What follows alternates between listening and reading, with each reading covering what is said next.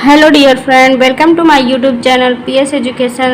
तो आज का टॉपिक है फिगर ऑफ स्पीच, जिसकी हिंदी होती है अलंकार। अलंकार क्या होता है पहले ये हम जान लेंगे। अलंकार जो होता है, काव्य की शोभा बढ़ाने वाले शब्दों को अलंकार कहते हैं। तो इसी तरह से इंग्लिश में भी फिगर ऑफ स्पीच उन वर्डों को कहेंगे जो स्पीच की शोभा बढ़ाएंगे। जैसे मान लीजिए पोयम है, पोट्री है, इसमें जो ऐसे शब्द आते हैं जिसकी वजह से उसमें सुंदरता बढ़ जाती है, उसकी ब्यूटीनेस बढ़ जाती है, उन वर्डों को, उन शब्दों को हम क्या कहेंगे? फिगर ऑफ स्पीच कहेंगे।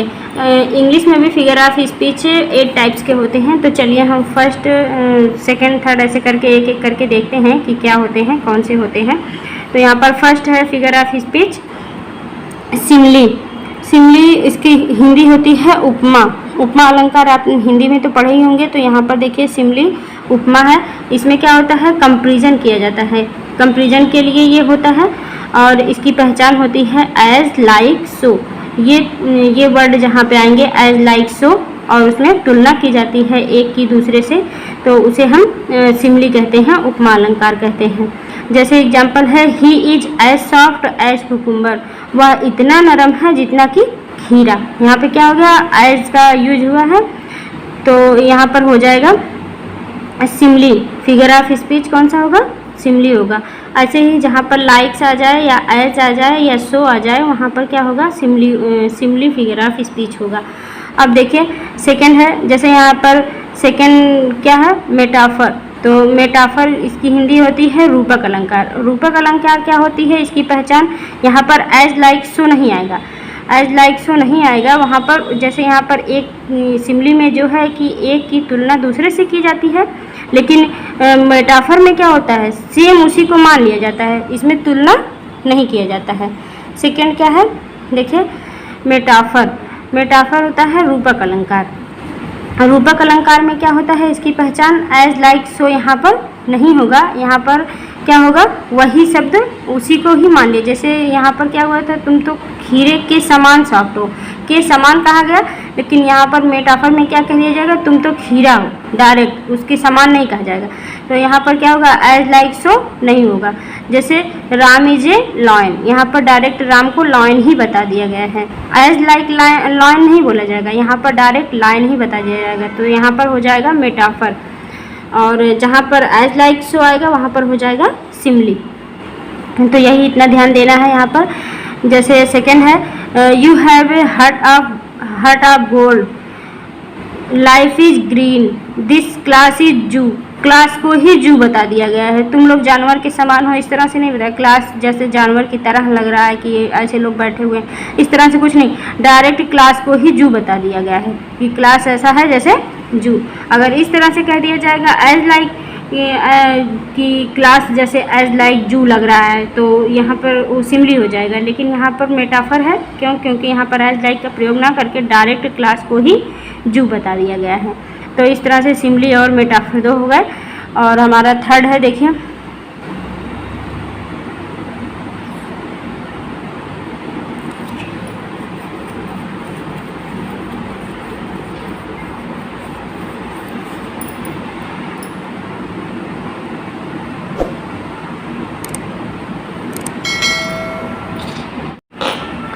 तीसरा है। देखिए तीसरा है अल्ट्रेशन, अनुप्रास। इसको क्या कहेंगे? अनुप्रास। जैसे इसका नाम है अनुप्रास, उसमें उसी तरह से इसका इंग्लिश में भी नाम है अल्ट्रेशन, मतलब अल्टरनेट करना।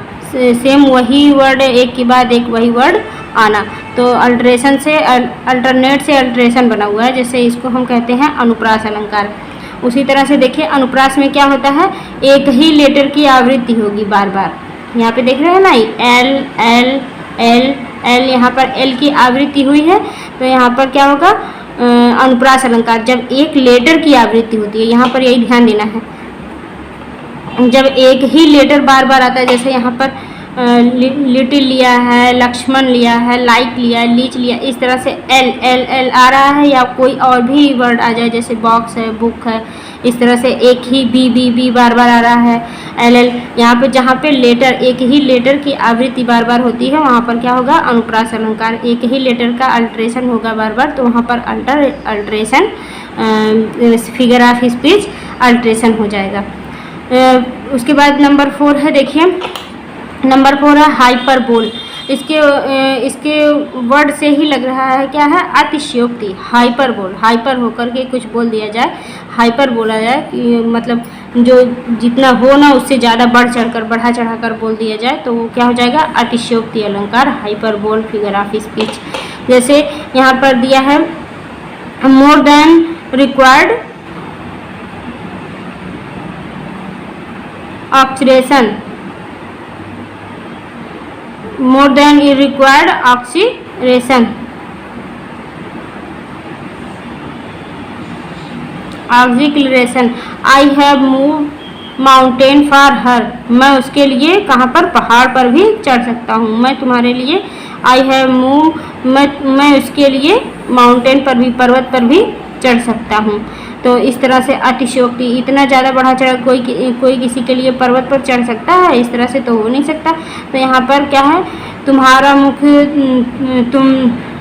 मैं तुम्हारे लिए चांद भी तोड़ सकता हूँ, मैं हवाओं को भी मोड़ सकता हूँ। इसलिए नहीं लोग बोलते हैं, इस तरह से बोलते हैं ना कि मैं तुम्हारे ये कर सकता हूँ, वो कर सकता हूँ, ऐसे है वैसे, ज़्यादा बढ़ा चढ़ा कर जहाँ पर बोल दिया जाए वहाँ पर क्या होगा, अतिशयोक्ति अलंकार होगा। उसके बाद है नंबर 5 है यमक अलंकार। इसमें क्या होता है, रिपीटेशन होता है। रिपीटेशन किसका होता है, वर्ड का रिपीटेशन होता है। यहाँ पर यही ध्यान देना है।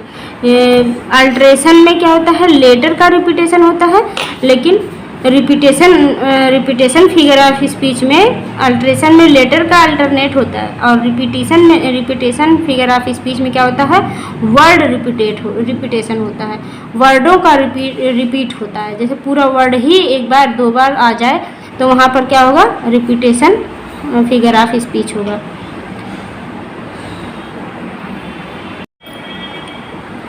नेक्स्ट है पर्सोनिफिकेशन, मानवीकरण अलंकार। जैसे इसमें क्या होता है, वर्ड को इस तरह से बोला जाता है जैसे लगता है कि उसमें मतलब सजीव वर्ड नहीं है, फिर भी उसमें सजीवता डाल दी जाती है। जैसे यहाँ पर है लव इज ब्लाइंड, प्यार अंधा होता है। सेकेंड एग्जाम्पल है the shadow of the moon danced on the lake. Shadow of the moon मतलब चंद्रमा का, जो चंद्रमा की जो वो है रोशनी है, चंद्रमा के परछाई जो है वो कहाँ है, लेक पर, मतलब कि झील की पानी पर डांस कर रहा है, इस तरह से प्रतीत हो रहा है। तो रोशनी जो है क्या सजीव है, वो डांस कर सकता है, ऐसा तो हो नहीं सकता। लेकिन यहाँ पर क्या है, रोशनी में भी सजीवता प्रकट कर दी गई है, तो वहाँ पर पर्सोनिफिकेशन, मानवीकरण अलंकार होता है।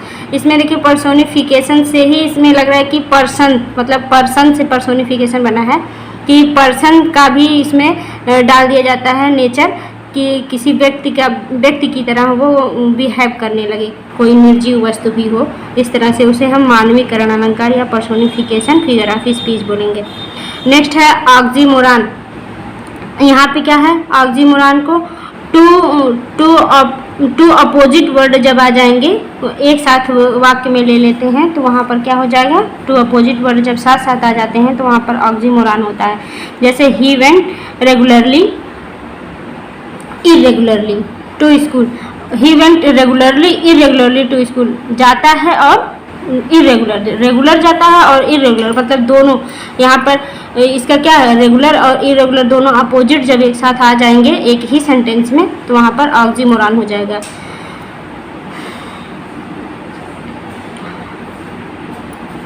नेक्स्ट है एपोस्ट्रॉफ।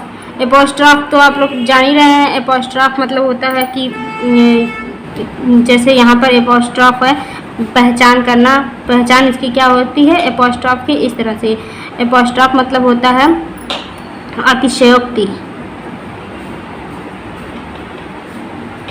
जहाँ पर कहीं भी कोई इस तरह से अतिशयोक्ति किसी सेंटेंस में आता है तो वहाँ पर एपोस्ट्रॉफ हो जाता है। जैसे ओ ये क्या हो गया, अरे वो ओ गार्ड, इस तरह से होता है तो ये एपोस्ट्रॉफ फिगर ऑफ स्पीच हो जाता है। तो इस तरह से 8 टाइप के फिगर ऑफ स्पीच होते हैं। उम्मीद है आपको समझ में आया होगा। अगर वीडियो पसंद आई है तो लाइक करिएगा, शेयर सब्सक्राइब जरूर करिएगा और ऑल को प्रेस करके रखिएगा। जैसे मैं नया वीडियो डालूँगी तो आपको उसका नोटिफिकेशन प्राप्त हो जाएगा। Thanks for watching.